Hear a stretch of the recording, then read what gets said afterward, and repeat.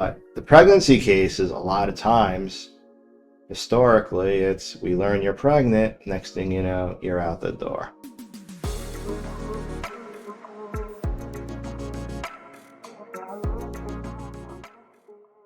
Another issue that comes often in the realm of employment law is what to do if you're pregnant and you feel that you've not been treated fairly.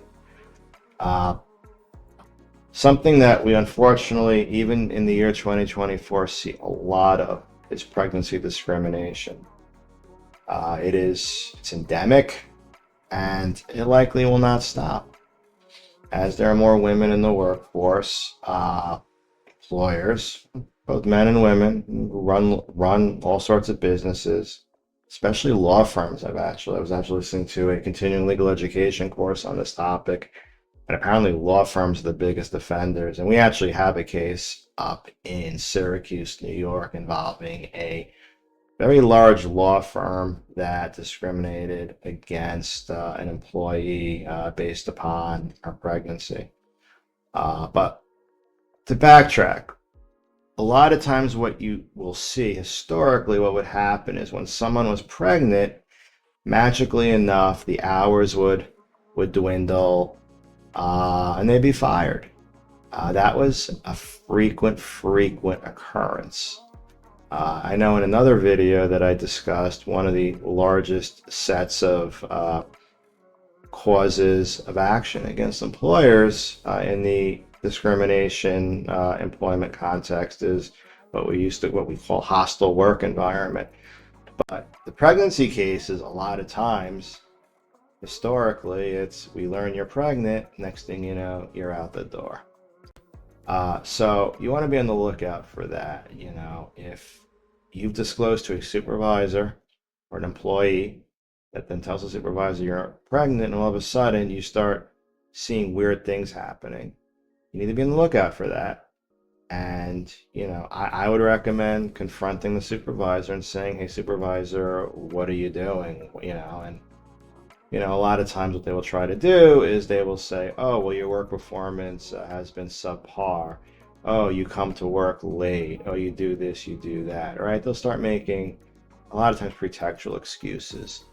That really, if you were to look at how that whole job works as a whole, and you were to look at everyone else's job performance, whether they were fired or disciplined for coming 5 minutes late, you'd find that that's not the case.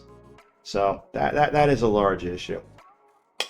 One of the other things to keep in mind is, let's say you are pregnant and let's say you gave birth. There are a lot of laws that regulate maternity leave that give you a certain amount of maternity leave. So, there's pregnancy laws that say you're entitled to a certain amount of maternity leave. New York State passed a law, and if an employer takes adverse action against you for that, they could be liable. Historically, what we've seen, though, is if someone's pregnant and they give birth, you're entitled generally to FMLA time, which is if you've been in a job for, I think it's 300 days, you're entitled to 90 days, correct, of unpaid leave. And if an employer punishes you, takes retaliatory action based upon you taking unpaid leave under FMLA, they could be, that is a grounds for a lawsuit. And then again, with the pregnancy discrimination laws that are out there, if indeed you are penalized because you gave birth, that is its own ground. That could be retaliation, right? Protected act of saying, hey, I need an accommodation because, I need to lactate. I need to be able to do certain things. Breast pumping, we see a lot of that.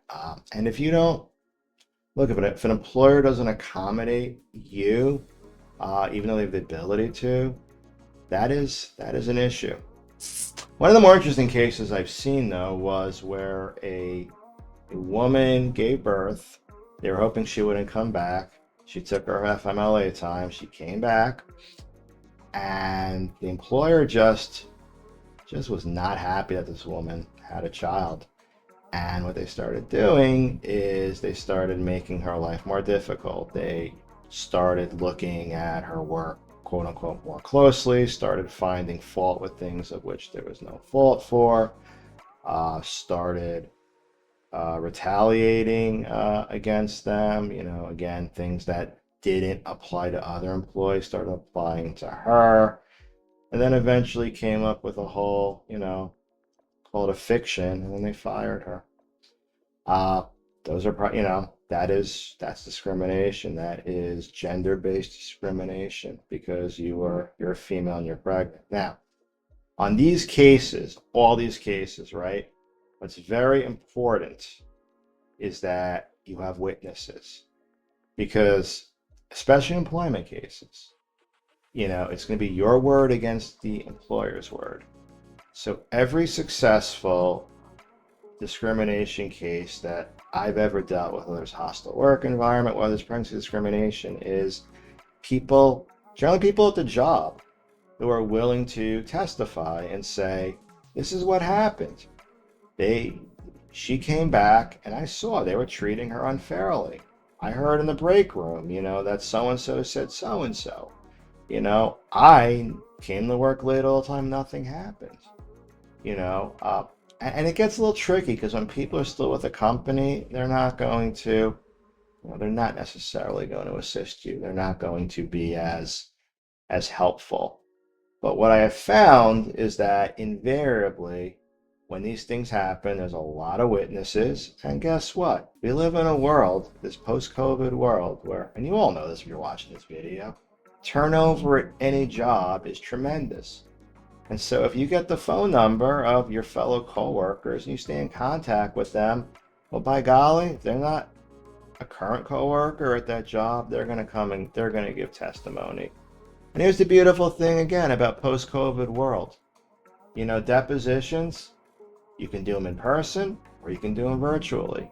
So if somebody doesn't feel like traveling from their house to a deposition center, that would be a virtual deposition. So it's a lot easier nowadays to get the testimony that you need to help make that case. So my tip to you is if you're the victim of pregnancy discrimination, first you got to report it. Because once you report something, anything bad happens, it's retaliation, right? The second thing you need to do is go contact people that work at the company, get their phone numbers, be friendly with them, and then if you get fired, if you're forced to quit, shoot them a text, make a phone call, ask them if they'd help you. You'd be surprised the amount of people that would. And here's the thing, by the way, if that person is still working at that job and they come and they help you and give testimony and they suffer adverse employment consequences, well, you know what that is, folks? It's retaliation. So you can always remind them of that. Thank you.